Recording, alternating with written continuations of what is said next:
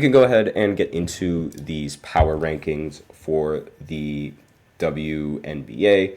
And there's been a lot of drama recently, like between several teams. Like Chicago, they've been going bonkers since like Olympic break, and not in a good way. I mean that in like the absolute worst way. Like they seem to have collapsed over after the Paris Olympics.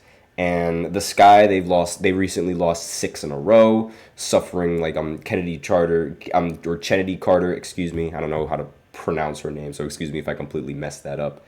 Her absence, suffering, well, not really suffering an injury, but being ill, according to injury reports, and already without Marina Mabrey due to the pre-deadline trade. So Chicago is still slotted into the number 8 seed by virtue of a 2-1 head-to-head tiebreaker over Atlanta. And it's been a little bit the break, like the break for the WNBA, like there's been teams that have been surging, and then there's been teams that have sort of fell off. And Caitlyn has been surging, but Angel in the Sky sort of kind of, like not entirely, but they kind of fell off in terms of team record and in terms of being able to win.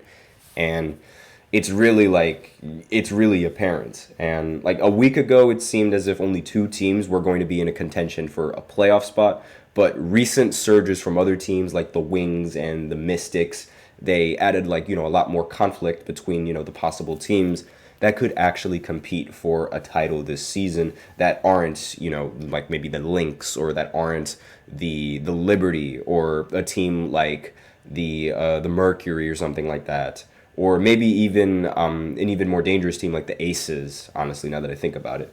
And like the way that this season has it could have been, I feel like the season could have been riddled with way less drama than what it needed to be, especially had a lot of these women actually given Caitlyn the respect that she deserved, and actually just given them the praise, because right now it feels like a lot of them are going to have to eat their words, especially after this season, because it's like she's proving everybody wrong. And I'll get into that, but let's go ahead into the power rankings. So the worst team in the WNBA in the power rankings is the Los Angeles Sparks. They were previously ranked 12th last week, and now they're ranked 12th again.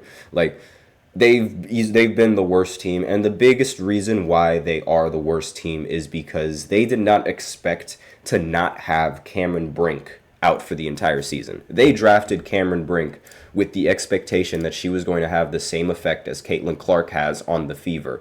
And she goes down with a season-ending injury, and there goes the season right there. So it's like that's really like the big and like the only reason why like the Sparks are so low on these power rankings. I think if Cameron Brink was on the roster, they would have definitely been in like at least maybe top 5, maybe top 6, something like that. They would have definitely been in a very prestigious spot, I would say. Next team on the list is the Chicago Sky. Yes, the Chicago Sky are what the heck just happened? What the heck just happened? Okay, I have no idea what just happened. I don't know what that was. Okay.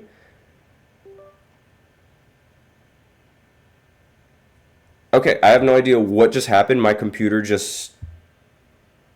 I don't know what happened. I genuinely have no idea what just happened, but my computer just went weird.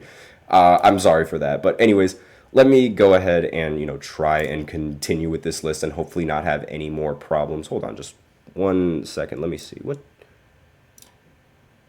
I don't know what's going on. I checked before and there wasn't any problems. I don't know why now there's a problem. That's weird. All right.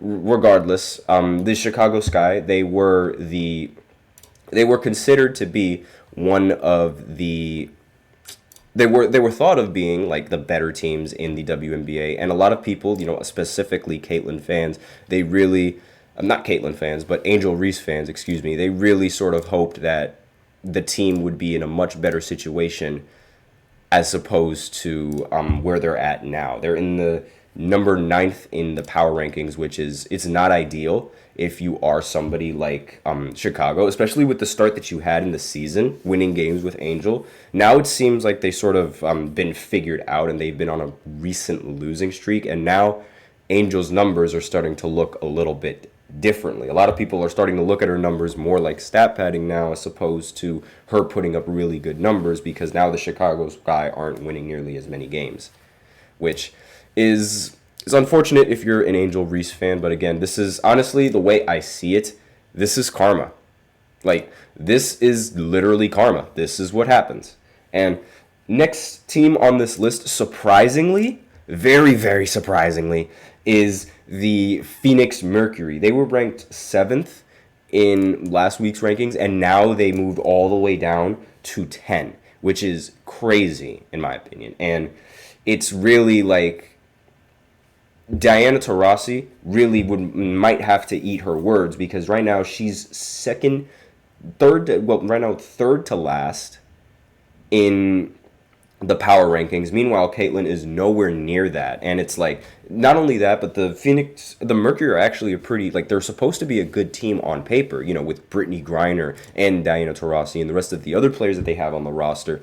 But it doesn't look that way. So not a very good look for a lot of these, WNBA players that have sort of talked down on Caitlin and have somehow managed to be ranked still below Caitlin despite all of their experience in the WNBA. Yes, I'm going to be taking shots at a lot of these players, and don't think of it as a disrespectful way, because I really like watching the WNBA now. I just cannot, and I respect all of the players and their talents. I just don't like their attitude. And I mentioned this before when I was talking about Charles Barkley and his comments. Charles didn't like the female basketball's attitude either, and he's a fan of the WNBA. But like, I'm pretty sure it's okay that if we don't like the attitude that they have towards a rookie, I think it's rather unfair and unneeded. But aside from that, the next team on this list is the Washington Mystics, and they were 10th last week, so they just moved up one in these power rankings for this week. So, I mean, not a really huge jump. They're not really that big of a team in the WNBA. Not many people really talk about them as much as they talk about some of these other teams. And yeah, again, it's just like, it's all right. It's okay. Like, next team on this list is, that just because we're running out of time, is the Dallas Wings, and they were ranked 11th in the previous rankings, and now here they are all the way up at 8, so there's a surge for them. Good job. Now, next team is Atlanta, and Atlanta's like, they're sort of similar to their NBA team. They are in like the mid-tier area of the WNBA, where it's like, they're really, really good and sometimes, and then in other times they're really, really bad. Like, there's no real in-between in them, and it's like, you win, you lose, you win, you lose, you win, you lose, you win, you lose, and it's like mid 9 out of 10 times. And next team on this list is, let's see, what's the next team on this list? Okay, here we go. The next team on this list is the Connecticut Sun, and a little bit of a more local team than, like, at least from my point of view, because I am going to school in Connecticut right now, and there's a lot of hype around the Connecticut Sun around here. They were ranked 3rd in the power rankings last week, and now they moved all the way down to 5th. But part of the reason why they moved all the way down was because of this woman right here. Yes, Caitlin.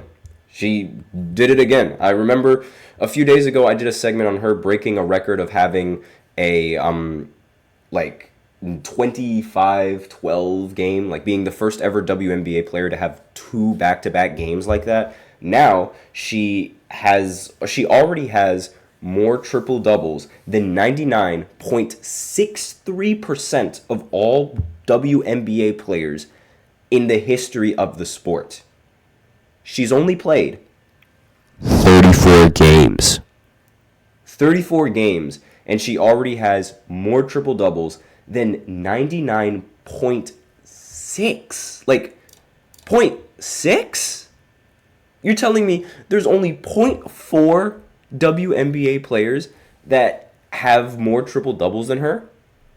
Huh? I need to find out who those 0.4 are, because that is ridiculously impressive. And it's not even like 0.4. It's like, more accurately, it's like 0.37 or something like that. And which is insane. But yes, she has 99.6% more triple doubles than all players in WNBA history. Not to mention the fact that now the Fever are winning. They are a competing team, and her ranking, the Fever being ranked 4th in the Power Rankings, are just proof of that. They made it to the playoffs already. They clinched the playoffs, and this is the first time that they've clinched the playoffs is in like 8 years. So the Caitlin Clark effect is real. It is real, and it is here.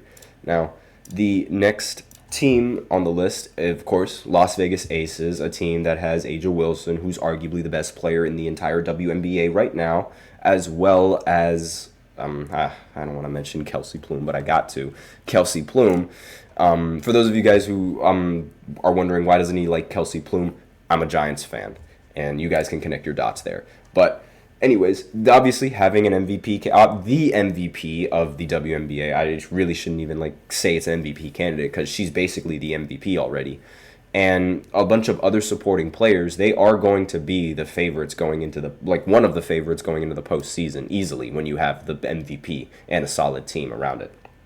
Next is the Minnesota Lynx. And now, unlike the Minnesota Timberwolves, the Lynx are actually rather successful, and now they're actually gaining some traction for being rather successful. And by successful, I just mean they win consistently, and they've been winning consistently. And I can't say that, I can't really, obviously, like now I can't really use that joke as much, because now the Timberwolves look like they are going to be contending teams in the future. But, finally, the Liberty, easily the best team in the entire WNBA. They've been the best team since the start of the season, so makes no mistake that makes total sense that they are number 1 in the entire power rankings. They deserve it. Sabrina Ionescu, Brenna Stewart, all of those players, they are just phenomenal, and they have the best record in the entire WNBA for a reason. So that's all that I have for this. What is going on? Okay, Jesus. That is all that I have for this first segment. So now I will go ahead and go into the second segment, where I talk about the 76ers seriously considering trying to relocate over to New Jersey. So I'm going to talk about that right after this short break. So be sure to stay tuned. I feel like I'm losing my mind. Is everybody in the world blind? Please, Lord, give me a sign, a sign. I feel like I'm losing my mind. Is everybody in the world blind? Please, Lord, give me a sign, a sign. I wanna be the greatest. Everybody on the fake shit. I look around and feel like everybody is the fakest. I make this every day and I'm impatient, hoping one day I blow up from the basement. Statement, the top is so vacant. I don't hear shit that I think is amazing. Waiting for my day when I'm playing sold out shows for 1,000 faces. Hey, give me that crown, get in my way and to be put down. It ain't your place, all this my town. If I want that shit, then I'll get it right now. I'm losing it, the noose it fits. I'm losing shit, a stupid myth. You choose to live or choose to dip. You choose to fight or lose your grip and lose a gift. Oh, I feel like I'm losing my mind. Is everybody in the world blind? Please, Lord, give me a sign, a sign. I feel like I'm losing my mind. Is everybody